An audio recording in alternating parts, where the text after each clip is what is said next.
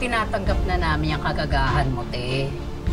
Yan lang, may isang kondisyon. Kondisyon? Na papartihan mo kami dun sa kinikita nyo. Alam naman namin na malaki ang kinikita nyo dun sa video-video nyo, di ba? Sama ninyo. Hoy! Huwag kang sumabat. Hindi ka pamilya. Ate Mercy, buntis ako. Wala akong pantustos sa magiging anak ko. Tsaka, si Totoy nakabangga sa motor eh. Yung hihingi sa aming danyo sa perwisyo, medyo malaki eh. Narinig niyo ba sarili niyo?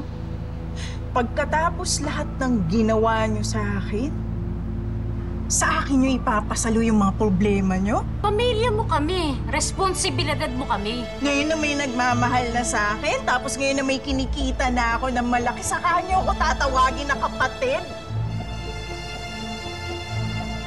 Sige, te. Mamili ka.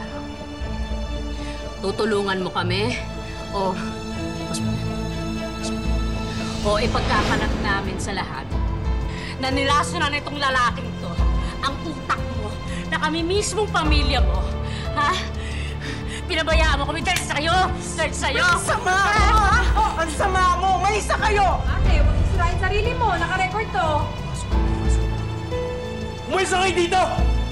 Hindi, tatawag ako ng mga polis. Tawag ang polis? Oo, tatawag ako.